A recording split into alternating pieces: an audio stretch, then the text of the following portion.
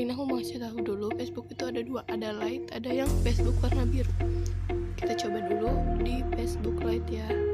Kita tekan, langsung ke pojok kanan. Nah di sini tuh nggak ada teman-teman, nggak ada tema avatarnya gitu, di lainnya juga nggak ada. Hari ini udah kebuka semua. Buka yang Facebook warna biru yang biasa. Kita coba login dulu teman-teman.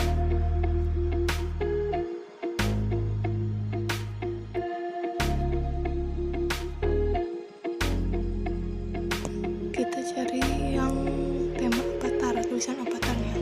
Nah kita tekan, nanti akan seperti ini tampilannya. Jangan diklik tanda X di sebelah kiri itu, jangan. Kita lanjut aja ke selanjutnya, nanti kembali gitu ya. Kita membuat lagi, klik selanjutnya, pilih warna kulit kita sesuai sama kita.